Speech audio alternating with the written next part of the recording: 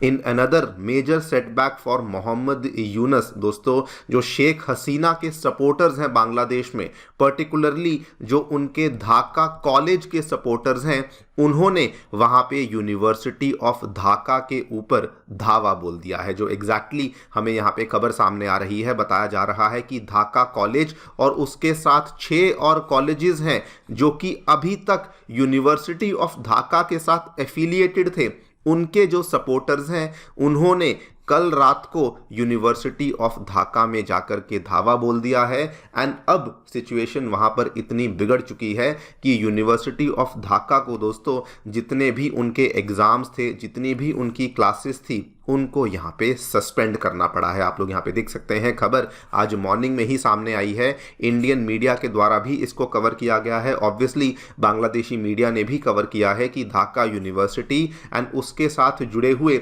जो ये वाले 7 कॉलेजेस हैं, जिसमें एक तो ढाका कॉलेज ही आता है और बाकी 6 और कॉलेजेस आते हैं, उन्होंने अपने सभी एग्जाम्स और क्लासेस को यहाँ पर सस्पेंड कर दिया है। बल्कि इसको लेकर तस्वीरें भी सामने आ रही हैं, आप लोग देख सकते हैं किस तरीके से ये सारी की सारी एक्टिविटीज हमें कल देखने को मिली हैं, जहां पर एक तरफ ढाका कॉलेज के स्टूडेंट्स थे जो कि बेसिकली शेख हसीना को सपोर्ट करते हैं, और दूसरी तरफ ढाका यूनिवर्सिटी के यहां पे स्टूडेंट्स थे जिनके बीच में हमें यहां पर ये झड़प देखने को मिली है। और भी कई सारी तस्वीरें सामने आई हैं जहां पर आप देख सकते हैं बहुत सारी पुलिस और पैरामिलिट्री को भी यहां पे डिप्लॉय किया गया है। नाउ वैसे तो हम लोग इस पूरी खबर के बारे में डिटेल में चर्चा करेंगे कि एग्जैक्टली क्या हुआ है एंड किस बेसिस पे हमें झड़प देखने को मिली है, लेकिन दोस्तों ये बहुत ही ज़्यादा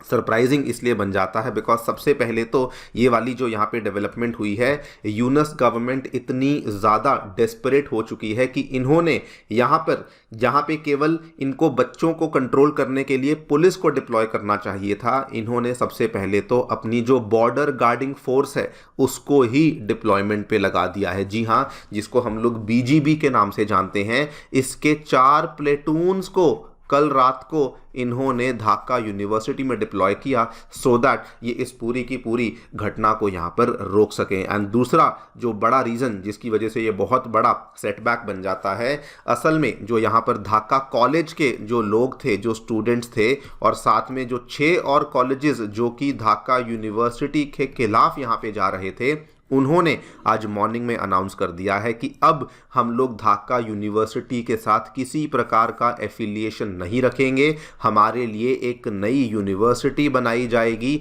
और अब हम लोग ढाका यूनिवर्सिटी के साथ बिल्कुल भी एसोसिएट नहीं होने वाले हैं। बात करेंगे इस पूरी डेवलपमेंट के बारे में, एग्जैक्टली यहाँ पर क्या हुआ है, किस वजह से ये वाले जो ढाका कॉलेज और 6 कॉलेजेस के जो बच्चे हैं इनके द्वारा इस तरीके से यहाँ पर इस प्रोटेस्ट को शुरू किया गया, एंड ओवरऑल ये कैसे यूनुस के लिए एक और बहुत बड़ा सेटबैक है, इसको भी समझने का प्रयास किया जाएगा। आइए शुरू करते हैं मेरे साथ। मेरा नाम है अनिरुद्ध। यदि आप लोग हमें फॉलो करना चाहते हैं, हमारे लेक्चर्स के अपडेट्स को प्राप्त करना चाहते हैं, तो यहाँ पर दिए गए टेलीग्राम चैनल्स के माध्यम से ऐसा कर सकते हैं। दोस्तों आगे बढ़ने से पहले बताना चाहूँगा कि अनअकैडमी ने आपकी यूपीएससी परीक्षा की तैयारी को आसान करने के लिए जितने भी यूपीएससी के साथ संबंधित रिसोर्सेज थे, फिर भले वो करंट अफेयर मैगजीन्स हों, प्रीवियस ईयर क्वेश्चंस हों, ये सभी चीज़ें आपके लिए बिल्कुल निशुल्क अवेलेबल करवा दी हैं। इनके जो लिंक्स हैं वो आपको नीचे डिस्क्रिप्शन बॉक्स में अवेलेबल करवाए गए हैं। इसके अलावा अगर आप इस साल के प्रीलिम्स में अपीयर कर रहे हैं तो फ्री प्रीलिम्स के मॉक टेस्ट,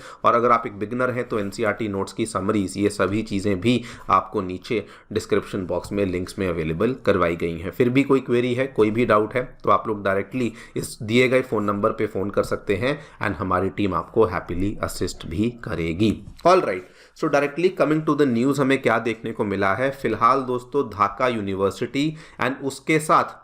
जो बाकी जो अभी तक जुड़े हुए ढाका कॉलेज और 6 अदर कॉलेजेस थे, वहाँ पर हमें क्लैशेस देखने को मिले हैं, जिसके बेसिस पर इन सभी यूनिवर्सिटी एंड कॉलेजेस ने अपनी क्लासेस एंड अपने एग्जामिनेशंस को एक बार के लिए यहाँ पे सस्पेंड कर दिया है। एंड आपको बता दूँ, ये जो क्लैशेस थे ऐसा नहीं था कि ये केवल एक एरिया तक ही लिमिटेड थे। जो ढाका यूनिवर्सिटी है, जैसे बिल्कुल हमारी दिल्ली में दिल्ली यूनिवर्सिटी का जो कैंपस है वो बहुत ही बड़ा कैंपस है, फैला हुआ हुआ है, उसी तरीके से ढाका यूनिवर्सिटी का कैंपस भी अलग अलग एरियाज में फैला हुआ है एंड वहाँ पर अलग अलग एरियाज में, फॉर एग्जांपल ढाका के न्यू मार्केट एरिया में, वहाँ के नीलखेत एरिया में भी हमें क्लैशेस देखने को मिले हैं, जहाँ पर स्टूडेंट्स ने एक दूसरे के ऊपर यहाँ पर पत्थरबाजी भी करी है, ब्रिक्स फेंके हैं, स्टोन्स फेंके हैं। हमें इस तरह के इंसिडेंट्स भी देखने को मिले हैं। बल्कि सिचुएशन इतनी ज़्यादा बिगड़ चुकी थी कि मोहम्मद यूनुस की गवर्नमेंट के द्वारा जो बॉर्डर गार्डिंग फोर्स है, बीजीबी है, उसको यहाँ पे डिप्लॉय किया गया था एंड इवन जो बीजीबी एंड पुलिस है उन्होंने दोस्तों साउंड ग्रेनेड्स का भी इस्तेमाल किया था, वाटर कैनन्स का भी इस्तेमाल किया, टीयर गैस का भी इस्तेमाल किया, जिसके बेसिस पर ये इस पूरे के पूरे प्रोटेस्ट को और इस पूरे की पूरी झड़प को यहाँ पे काबू में ला पाए थे। खैर, क्वेश्चन ये आता है कि आखिरकार हमें सडनली ये वाला जो एक प्रोटेस्ट है, ये वाली जो झड़प है, ये क्यों देखने को मिली। असल में अगर हम देखें तो जो ढाका कॉलेज के स्टूडेंट्स हैं उसके साथ 6 और कॉलेजेस के स्टूडेंट्स थे, कुल मिला के ये 7 कॉलेजेस के स्टूडेंट्स थे। इनकी दोस्तों यहाँ पर जो डिमांड्स थी वो बड़ी क्लियर थी। इनकी सबसे पहली डिमांड थी कि जो एडमिशन टेस्ट होते हैं जिसके बेसिस पे बच्चों को कॉलेजेस में एडमिशन मिलती है, वहाँ पर कोटा सिस्टम को अबॉलिश किया जाना चाहिए। नंबर 2, क्लासरूम कैपेसिटी में जो एडमिशन्स हैं उसको लिमिट कर देना चाहिए। नंबर 3, जो टीचर स्टूडेंट रेशियो है उसको भी एडमिशन के टाइम पे कंसिडर किया जाना चाहिए। ना, जिनको नहीं याद आपको याद करवा दूं, इसमें दोस्तों जो ये पहले वाला जो इनकी मेन डिमांड है, यही मेन चीज़ थी जो कि शेख हसीना जब उनकी सरकार थी बांग्लादेश में